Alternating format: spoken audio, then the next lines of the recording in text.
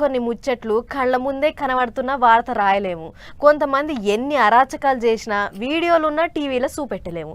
అగో అసొంటి ఒక మనిషి వార్తను ఒక 5-6 నెలల సంది అస్సలు రాయొద్దని వదిలేసినాం. ఎన్ని మాటలుగా ముచ్చట మా కాడికొచ్చినా మా పటాస్ వార్తలల్లో మాత్రం చూపెట్టలేదు.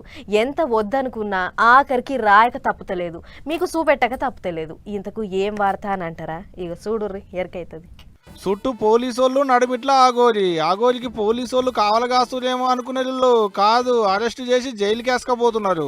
కాకపోతే ఆడవిళ్లను మత్పరిచి ఎంబడి తీసుకుపోయి లగ్గం చేసుకున్నందుకు కాదు, ఒక ఆమె కాడ 10 లక్షల రూపాయలు తీసుకుని ఎగ్గొట్టినందుకు.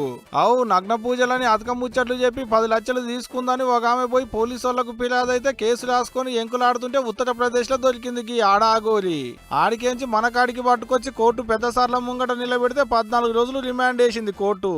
కేసు కోర్టులో ఉంది. చట్టం తన పని తాను చేసుకొని పోతుంది. నేను పోలీసులకు సహకరిస్తున్నాను, కోర్టుకు సహకరిస్తున్నాను. మంచి ముచ్చటే గాని అఘోరి ఎంబడి ఉండేటి ఆడవిల్లే ఏడుందో ఎవ్వరికి తెలియదు. ఉత్తరప్రదేశ్ లో పోలీసు వాళ్ళకు దొరికినప్పుడు మాత్రం అఘోరి ఎంబడే ఉన్నది గాని ఈడికి వచ్చేటాలకు ఏమైందో అనేది ఎవ్వరికి తెలియట్లేదు. ఏడుందని అఘోరిని అడిగితే నాతోనే ఉంటది, జైలు కూడా మీతో పాటు వస్తుందా? నా ఎంబడే ఉన్నది అంటుంది. గాని 5-6 నెలల సంది అఘోరి చేయని యాగం లేదు, పట్టించని బుగులు లేదు. ఆడపిల్లను లగ్గం చేసుకుని ఎంబడి పట్టుకపోయి తిరుగుతుంటే వాళ్ళ అమ్మ నాయనలది చిన్న గోస కాదు పాపం.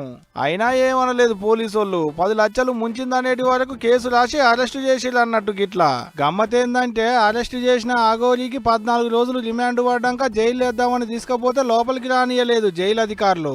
ఎందుకంటే ఆడో మోగో లేకుంటే ఏందనేది లింగ నిర్ధారణ చేసుకుని రావాలని చెప్పిల్లట అధికారులు. ఆడికెంచి చక్కగా దవాఖానకు తీసుకుపోయి పరీక్షలు చేపించారు.